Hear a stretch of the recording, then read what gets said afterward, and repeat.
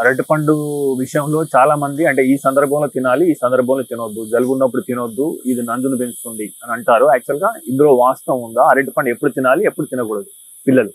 అరటిపండు is one of the nature's probably the best foods for babies and adults also.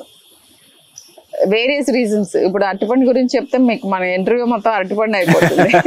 So టుకీగా చెప్పేది ఏంటంటే, చాలా మంది అరటిపండుని పాపం ఈ అమాయకమైన అరటిపండుని చాలా దీన్ని బద్నాం చేస్తారు.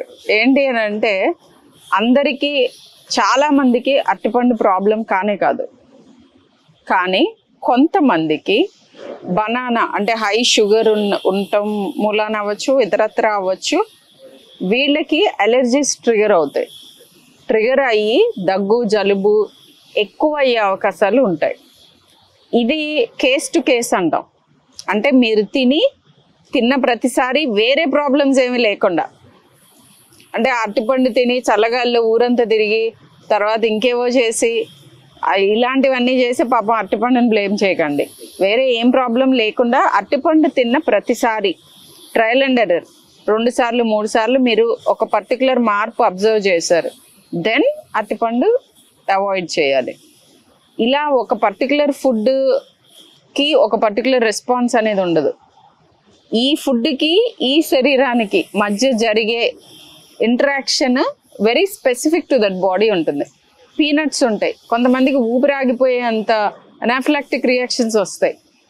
మోస్ట్ ఆఫ్ ద పీపుల్కి peanuts are very good food, in fact extremely good food.